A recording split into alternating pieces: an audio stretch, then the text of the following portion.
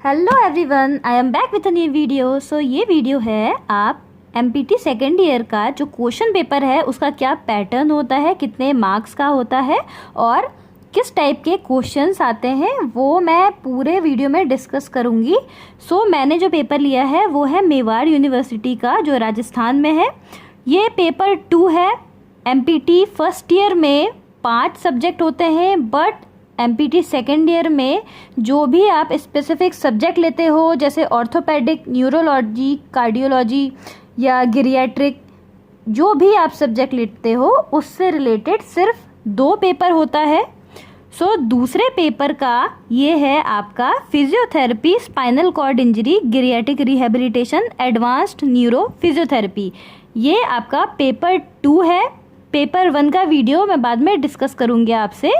सो जो long questions हैं, short questions हैं, बेसिकली हमें पूरे पेपर में से सिर्फ 5 क्वेश्चंस ही करने होते हैं। हर एक सेशन से एक क्वेश्चन करना कंपलसरी होता है। किस टाइप के क्वेश्चंस आते हैं, ये न्यूरोलॉजी का पेपर है वो देख लीजिए।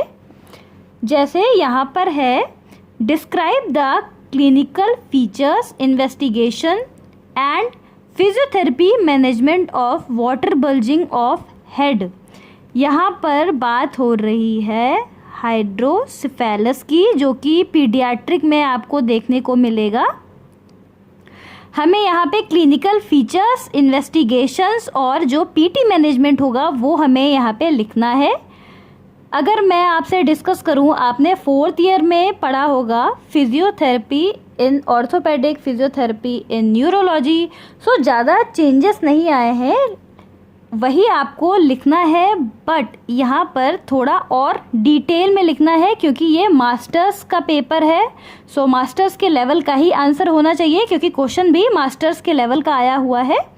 सो आपको हाइड्रोसिफेलस के जो भी क्लिनिकल फीचर्स हैं वो लिखने हैं, इन्वेस्टिगेशंस लिखने हैं और जो फिजियोथेरेपी मैनेजमेंट आप जानते हो वो आपको लिखना है। यहाँ पे सारे क्वेश्चंस आपके कितने मार्क्स के हैं वो आप देख लीजिए। टोटल यहाँ पे 2 है क्वेश्चन, तो टोटल 12 मार्क्स के हैं, जिसमें से 6 मार्क्स का ये है और 6 मार्क्स का ये क्वेश्चन है।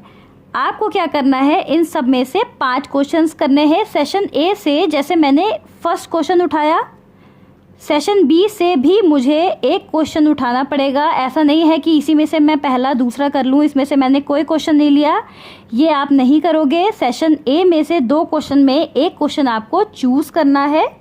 जो आंसर आप बहुत बेसिकली जानते हो, जिसके बारे में आप ज़्यादा से ज़्यादा लिख सकते हो एग्ज़ाम में, वही क्वेश्चन उठाइएगा, कोशिश करिएगा वही क्वेश्चन आप उठाओ।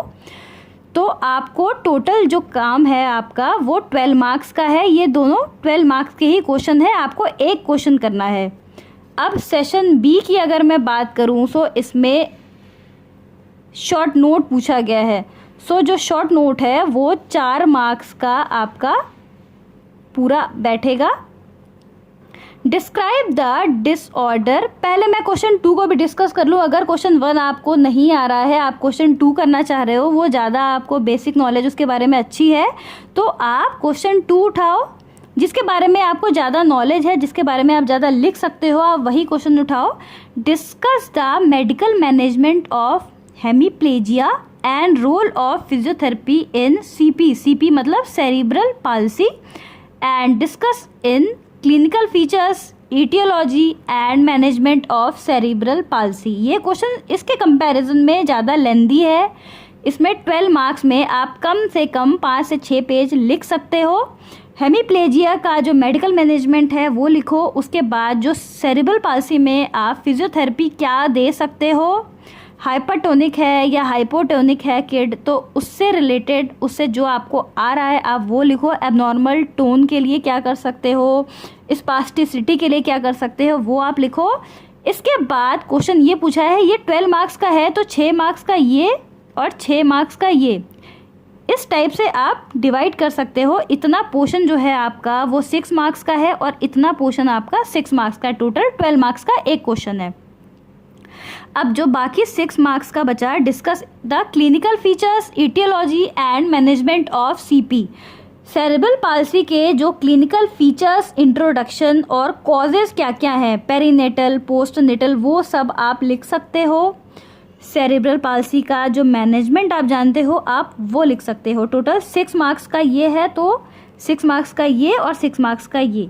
Hemiplegia, role of physiotherapy in CP आपने 6 मार्क्स का लिख लिया, उसके बाद इतना आपको और ऐड करना है, टोटल 12 मार्क्स का है।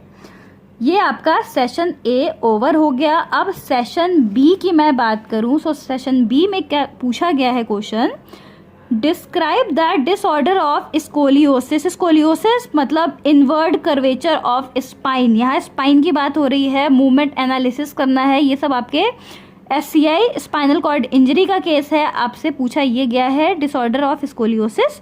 दूसरा है explain the movement analysis of functional mobility skill and assessment of assistive devices in spinal cord injury. आप SCI में कौन कौन से असिस्टिव डिवाइस यूज़ कर सकते हो या असेसमेंट कौन कौन सा कर सकते हो न्यूरोलॉजी में, आपको वो लिखना है। और स्कोलियोसिस का जो डिसऑर्डर है उसको आपको डिस्क्राइब करना है। ये टोटल 12 मार्क्स का है, जिसमें से ये क्वेश्चन का हाफ पार्ट 6 मार्क्स कैरी करता है और ये पार्ट 6 मार्क्स कैरी करता है। टोटल 12 मार्क्स का ये क्वेश्चन है। बाय चांस इसके बारे में आपको ज़्यादा नहीं आ रहा है तो आप क्वेश्चन 4 अटेम्प्ट कर सकते हो। GCS मतलब ग्लासगो कोमा स्केल। फिर पूछा है subacute combined degeneration of spinal cord, और तीसरा है र्यूमेटिक कोरिया। इन तीनों के बारे में अगर आप थोड़ा थोड़ा भी जान रहे हो तो भी बहुत है। आपको 3 मार्क्स के हिसाब से लिखना है तो आप उतना लिख सकते हो। ये आपका सेशन बी है। अब सेशन सी में क्या क्या क्वेश्चन पूछा है, discuss briefly about clinical presentation and EMG changes in DMD। Explain it's physiotherapy care of management. यहाँ पर आपसे EMG चेंजेस, जो DMD है आपका डचने मस्कुलर डिस्ट्रॉफी, ये आपका मस्कुलर डिस्ट्रॉफी का क्वेश्चन आया हुआ है। यहाँ पर आपको जो आपको 6 मार्क्स में आपको लिखना है वो आपको डचने मस्कुलर डिस्ट्रॉफी के क्लिनिकल प्रेजेंटेशन और EMG में क्या क्या चेंजेस देखने को मिलता है इलेक्ट्रोमायोग्राफी में, वो आपको लिखना है। जो दूसरा है आपका वो है फिजियोथेरेपी मैनेजमेंट। आप DMD में क्या लिख सकते हो, मस्कुलर डिस्ट्रॉफी में जो भी आप मैनेजमेंट जानते हो उसको आप लिख सकते हो। टोटल 12 मार्क्स का ये क्वेश्चन है। इसके बाद अगर आपको ये क्वेश्चन नहीं समझ में आ रहा है, इसके बारे में आपको ज़्यादा नहीं आता है, डिटेल में नहीं जान लिख पा रहे हो आप, तो आप क्वेश्चन 6 उठा सकते हो। इसमें पॉइंट्स में पूछा गया है, इसमें आप ज़्यादा से ज़्यादा लिख सकते हो। ये 4 मार्क्स का है तो इसमें आप क्या कर सकते हो कि टोटल 2 पेज का एक डिस्कस कर सकते हो, मूवमेंट डिसऑर्डर, दूसरा है रूट्स अप्रोच, तीसरा है gait training for a hemiplegia patient, चौथा है ब्राउन स्क्वेट सिंड्रोम। यह आपका SCI का पार्ट है। मूवमेंट डिसऑर्डर में जो भी आप disorder related to your movement, जब बेसल गैंग्लिया चला जाता है तो पार्किंसन में आपको मूवमेंट डिसऑर्डर दिखेगा, या कोई भी ऐसा केस जिसमें जो भी डिफॉर्मिटी स्टार्ट होती है मूवमेंट से, वो सारे आप यहाँ लिख सकते हो। रूट्स अप्रोच आपको सेरेब्रल पाल्सी में मिल जाएगा, और आपका जो गेट ट्रेनिंग है हेमिप्लेजिया पेशेंट में वो भी आप लिख सकते हो। जैसे आपको कंफर्टेबल लगे वैसे आप अपने शब्दों में लिख सकते हो। ये सेशन सी था, जिसमें से 2 में से कोई एक क्वेश्चन आपको करना था। अगर ये ज़्यादा अच्छे से आता है तो ये करो आप, नहीं तो आप ये कर सकते हो। अब सेशन डी, टोटल आपको 12 मार्क्स के 5 क्वेश्चन करने हैं। हर एक सेशन में से एक क्वेश्चन आपको उठाना है, वो कंपलसरी है। अब सेशन डी जो है उसमें पहला क्वेश्चन है, write wheelchair assessment, explain how to train a paraplegic patient from bed to wheelchair and again from wheelchair to bed. ये क्वेश्चन आप अच्छे से प्रिपेयर कर लो अगर आप न्यूरोलॉजी के हो तो, क्योंकि ये क्वेश्चन बहुत आता है और आपको आना भी चाहिए कि कैसे आप व्हीलचेयर से बेड पे और बेड से वापस व्हीलचेयर में पेशेंट को शिफ्ट करते हो। ये आप BPT के 4th ईयर में भी ये क्वेश्चन काफ़ी पूछा जाता है। व्हीलचेयर असेसमेंट में आप डायग्राम बना सकते हो, उसका साइज़ का कितना हाइट होना चाहिए, पेशेंट का जो फुट रेस्ट है वो कितने डिस्टेंस पे होना चाहिए, वो पूरा असेसमेंट आप लिख सकते हो। कितने टाइप के व्हीलचेयर है अगर चाहो वो भी थोड़ा सा आप एक्सप्लेन कर सकते हो अगर आपको आंसर को लॉन्ग करना है तो। अब पैराप्लेजिक पेशेंट का पूछा गया है कि आप बेड से व्हीलचेयर के और व्हीलचेयर से वापस बेड पे कैसे शिफ्ट करोगे पेशेंट को। तो 6 मार्क्स में आपको व्हीलचेयर का असेसमेंट लिखना है और 6 मार्क्स में आपको पैराप्लेजिक पेशेंट का शिफ्ट लिखना है व्हीलचेयर से bed and again from bed to wheelchair. ये टोटल 12 मार्क्स का क्वेश्चन है। इसमें भी आपको दोनों में से कोई एक क्वेश्चन आप उठा सकते हो। जो क्वेश्चन 8 है वो है discuss in detail about cerebral tumour and about clinical features of spinal cord injury. 6 marks में आपको सेरिब्रल ट्यूमर से रिलेटेड कुछ आता है तो आप लिख सकते हो, लेकिन ये इसके कंपैरिजन में थोड़ा टफ है क्योंकि ये बेसिक है। हम फिजियोथेरेपी में काफ़ी पढ़ते हैं व्हीलचेयर असेसमेंट और पैराप्लेजिक पेशेंट का काफ़ी एग्जाम्पल हम देखते भी हैं, तो ये क्वेश्चन इसके कंपैरिजन में ज़्यादा सिंपल है। इसमें आप ज़्यादा मटेरियल लिख सकते हो अपने पेपर में। सेरिब्रल ट्यूमर के बाद पूछा है कि स्पाइनल कॉर्ड इंजरी में क्लिनिकल फीचर्स देखने को क्या मिलते हैं। इसमें आप स्पाइनल SCI के सारे टाइप्स लिख सकते हो और उसका क्लिनिकल फीचर लिख सकते हो। अब जो सेशन E है क्वेश्चन 9, क्वेश्चन 10, इसमें भी आप 12 मार्क्स का एक क्वेश्चन करोगे। पहला है describe the pathophysiology and PT management of MS। MS का मतलब क्या होता है वो आप कमेंट सेशन में मुझे बताओ। आपको पैथोफिजियोलॉजी लिखना है 6 मार्क्स में और उसका PT मैनेजमेंट लिखना है। क्वेश्चन 10 जो है वो है right in detail about the physiotherapy evolution for radiating pain and it's differential diagnosis. जो रेडिएटिंग, जैसे मैं आपसे सियाटिका की बात करूं, सो सियाटिका में आपको रेडिएटिंग पेन देखने को मिलेगा। उसके बारे में आपको जो फिजियोथेरेपी मैनेजमेंट आता है वो आप लिख सकते हो और उसका डायग्नोसिस में कैसे आप डायग्नोस करोगे that the patient is suffering from that disease from sciatica और any other type of nerve compression. So ये टोटल मैंने आपसे डिस्कस किया। 5 क्वेश्चन आपको करने हैं। 12 मार्क्स का हर क्वेश्चन आपको कैरी करना है एग्जाम में। टाइम सिर्फ 3 घंटे का ही है।